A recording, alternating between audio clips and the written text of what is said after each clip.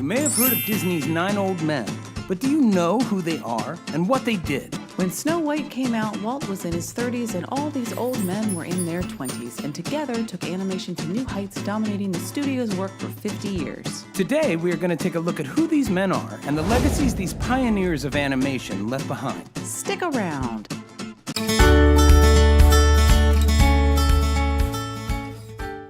Hi, Mouseketeers. Welcome to the Disneyland Beat, where our toes tap to a Disneyland drum and we always whistle while we work. When Walt started Walt Disney Productions, his animation department was led by the genius Iworks and supported by a group of pioneering animators who were limited not only by time, budget, and material constraints, but also by ability and training. Disney's staff, with the exception of were not educated artists with training in art history, perspective, proportion, anatomy, and more. This was the first generation of Disney animators.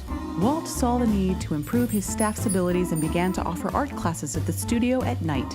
This improved the quality of the work, and with the huge financial success of the Three Little Pigs, the company was able to start hiring more animators from New York art schools. Animators like Freddie Moore, Norman Ferguson, Art Babbitt, Bill Tytla, and Han Lusk were the lead animators in the late 20s and 30s, winning Academy Awards with their silly symphonies that brought animation to new heights, propelling it toward its first full-length feature. This was the second generation of animators. But they needed more staff to be able to produce work of that scale, so they began to recruit new talent. West Coast Art Institutes had come a long way in the past few years, and Disney began to bring in local talent, confident he had the supervising animators to train and guide them. These animators often worked on the same characters but would do different sequences based on their strengths, so you'll see more than one person attributed to a Disney character. This is the time when the 9 Old Men entered the company, the third generation of Disney animators. There were about 180 to 250 people working for Disney in total at the time, including the groundskeepers. They were about to create Snow White and the Seven Dwarfs. It was an amazing opportunity and an incredible time. Les Clark was born in Utah to a large family of 12 children, of which he was the oldest. During his childhood, the family moved its way to the West Coast, ending up in Los Angeles, where Les worked in an ice cream shop not far from the Walt Disney Studios. Les had almost no art experience, but some raw talent. Walt once complimented the lettering on a menu that he drew up, and Les got the courage to ask Walt for a job. Walt granted the young man an interview, and Les ran home to copy enough cartoons from the newspaper to have something to show. He got the job and started as soon as he graduated in 1927. Les took art classes the entire time he worked at the studio and continuously honed his craft, as he did not have the educational credentials of everybody else on the list. Les is known for being the lead animator on Mickey Mouse from the 1950s onward. He was also the directing animator for many early iconic films like Song of the South, Fun and Fancy Free, Melody Time, Cinderella, Alice in Wonderland, Peter Pan, and Lady and the Tramp. He was one of the few animators brought on prior to the 1930s who had the skill to stay through their golden age. Les was known for his musical ability and timing, as well as his ability to convey emotion. As an example, he supervised the animation of the dancing scene in Snow White and Pinocchio, becoming a real boy. Les was tasked with the difficult job of animating all 7 of the famous dwarfs through most of the movie. And unlike those working on Snow White and the Prince, he did not have the luxury of live action references. He had to use his imagination entirely. He was also the animator of Pinocchio, Cinderella, Alice, Tinkerbell, and he directed Sleeping Beauty, as well as many shorts such as Donald and Math Magic Land. In the late 1960s and early 1970s, he directed several after-school educational specials for Walt Disney, such as I'm No Fool with Electricity and VD Attack Plan. I learned my craft from working with the fellas and from Walt, who was so far ahead of us even then in knowing what he wanted to do. Mark Davis was born in Bakersfield, California, into a family that moved so much that by the time he was entering high school, he had already attended over 24 different schools. His father was an oil field developer and constantly moved to new drilling sites. Mark later called him a rainbow chaser.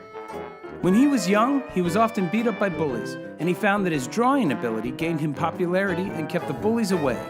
Mark attended several prestigious art schools, and he breathed in his discipline deeply, spending his days drawing and studying animal anatomy. Drawing animals was a specialty of his. After interviewing, he was hired as an apprentice animator for Snow White. Walt Disney once said of Davis, "Mark can do story, he can do character, he can animate, and he can design shows for me. All I have to do is tell him what I want, and it's there. He's my Renaissance man." Mark Davis is well known for drawing animals as well as several of Disney's major female characters. He is equally revered for his career in Imagineering, where he made significant contributions to many of the famous attractions we enjoy today. As an animator, he was considered one of the few who was able to transform his style at will. Yet I would say that the attractions surely have a certain style that can be attributed to his concept drawings for the rides. Pirates of the Caribbean, The Haunted Mansion, and his unrealized Western River Expedition all have an exaggerated realism and delightful whimsy to them that is very distinct. Mark was the lead animator on Bambi and Flower, Brer Bear, Rabbit and Fox, Bongo, Cyril, Ratty, Mole and Badger from Mr. Toad. He animated Snow White, Aurora, Cruella, Cinderella's stepsisters, and Maleficent. He created concept drawings that clearly shaped Pirates of the Caribbean, The Haunted Mansion, The Jungle Cruise, Mine Train Through Nature's Wonderland, The Carousel of Progress, and many more. His father was a jeweler and able to fix barometers, and this fed Mark's mechanical side and sense of ride design. Drawing is giving a performance. An artist is an actor who is not limited by the body, only by his ability, and perhaps experience. Born in Palo Alto, California on October 31st, 1912, Oli attended grammar school on the campus of Stanford University, where his father served as professor of Romance languages. After graduating from Palo Alto High School, he returned to Stanford, and he spent his last year of study at Chouinard Art Institute in Los Angeles. In 1935, Oli joined the Walt Disney Studio as an apprentice animator, working on early Disney shorts such as Mickey's Garden and The Tortoise and the Hare, which won an Academy Award for Best Short Subject. He went on to work as an animator and a directing animator on more than 24 feature films. Oli Johnston is noted for bringing a sense of intimacy and realism to his character interactions. Before him, animated characters often avoided touching each other due to the challenge. Oli felt that holding hands was a powerful symbol and his characters could do it. His other major contribution to the studio was his recording of the animation process. Oli, along with his lifelong friend Frank Thomas, authored the definitive work on Walt Disney animation methods, The Illusion of Life. It is a fascinating read, covering the history of the studio and animation itself, while teaching animation fundamentals. The concepts he formed are the basis for animation and design courses today. Oli Johnston's animation is noted for its warmth, love, and emotion. It was Oli Johnston that John Lasseter turned to mid-process for the first Toy Story to help breathe real warmth into what he described as cold, robotic characters. He credits Oli Johnston's contribution for making Toy Story the most emotional and human computer-animated movie up to that point. Mowgli and Baloo, Pongo and Perdita, Prince John and Sir Hiss, the Three Good Fairies from Sleeping Beauty, Winnie the Pooh, Mr. Smee, and many more. Most people know that he went to high school with Frank Thomas and that he was a huge model railroader or live steamer. But not many people know that he apprenticed under the famous Disney character animator Fred Moore, one of the most respected animators in Disney history. You're not supposed to animate drawings. You're supposed to animate feelings.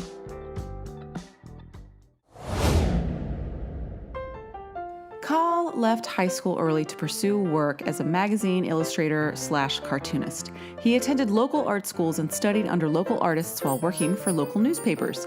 After seeing the Disney animated short Three Little Pigs, he was inspired to move into animation and apply for a job at Walt Disney. Milt Kahl is considered the most prominent animator of the Nine Old Men. Just prior to World War II, and even during the Depression, Walt Disney Studios was successful and expanding with up to over 1,000 employees, hundreds of animators just before the war. Milt was the most influential of them all. It is said that all the characters from 1935 to 1960 had to meet Milt's style approval. Milt's style is considered heavily influenced by Picasso and political cartoonist Ronald Surley, with a heavy line and angular style. So think Captain Hook's jaw, Medusa's nose, and Tigger's forehead. He kept a consistency to the overall style of the character design over many years. Milt had a way of taking a character that was written dark and gritty and softening them, making them lovable. It was Milt who redesigned Pinocchio from a heavy-hewn wood style into the lovable wooden boy that we all know and love. Walt often asked his animators to tackle complex material, but to keep it entertaining. Milt's drawing style achieved that idea visually, so Walt let him lead. Milt touched in one way or another almost every character created for the first 3 years of feature films, and he was a leading animator for most of his career. But personally, he drew Peter Pan, Kaa and Shere Khan, Medusa, Merlin, and many more. His nickname was Mr. Fun. He was known as a fairly gruff taskmaster and a quiet person otherwise. He would sit for hours, and then all of a sudden produce pages of work. Learn so much about a subject that you don't need the reference anymore. Born in a small town in Utah, Eric Larson started to explore his artistic ability while working on the high school yearbook. He went to college in the state for journalism and studied writing. When submitting a serial he created around the area, an employee of the Walt Disney Company suggested he should apply. He did and was offered a position, but initially found it unsatisfying. Like most beginning animators of the era, he started as an in-betweener, completing the minute movements between landmark poses drawn by lead animators, and he wanted to quit after 2 days. But he stuck with it, and after a short 5 weeks, he was taken on as an assistant to Disney legend Ham Lusk, and he worked his way up the company from there. As an animator, Larson is best known for creating animals who could convey emotion, complexity, and personality in an effective way. Eric Larson's greater legacy, however, is the most recent 3 or 4 generations of Disney animators. Larson spearheaded a company recruitment and mentorship program to train new animators. Some of the more famous pupils that benefited from his tutelage were Brad Bird, Tim Burton, Glenn Keane, Don Bluth, Ron Clements, among others. And Larson was adored by his young artists who remember him as patient, kind, and supportive. His drawings are clean and precise with less exaggerated features than many of the other animators. His animal drawing was superb, an animator's animator. Friend Owl from Bambi, the barnyard animals who sang Jolly Holiday, the caterpillar from Alice, Cinderella and the Prince, Figaro, Peg from Lady and the Tramp, Thumper, Snow White's and Aurora's animal friends, and more. He worked at the Disney Company longer than anybody else on this list. When he retired in 1988, he was the longest working employee at Walt Disney Animation. There's only 2 things that limit animation, and one is the ability to imagine, and the other is the ability to draw what you imagine.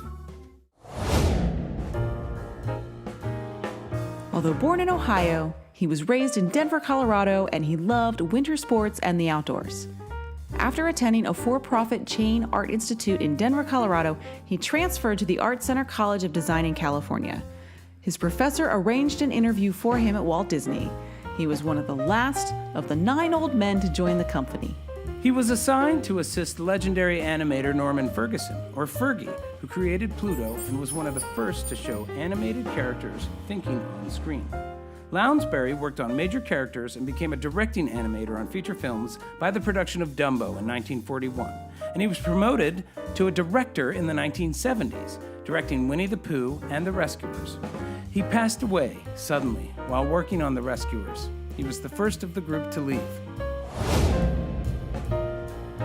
Lsbury is respected for his draftsmanship, versatility, and ability to animate broad, cartoony characters in a believable way, put together with a very solid drawing style. His ability to show a character's thought process was unparalleled in the studio. He was quiet, modest, self-sacrificing, helpful, unselfish, and he had no trace of either anger or a temper. And as a result, he was occasionally steamrolled by the larger, more forceful personalities in the studio. He was known for creating character combinations that had interesting and entertaining contrast. He was known for his ability to blend realistic personality traits and the desired exaggerated actions together in an animated character. He was an actor. Pluto, Jay Worthington Foulfeather and Gideon, the Cheshire Cat, Willie the Giant, Ben Alligator from Fantasia, Dumbo and Timothy, Horace and Jasper, George Darling, Scat Cat, and many more.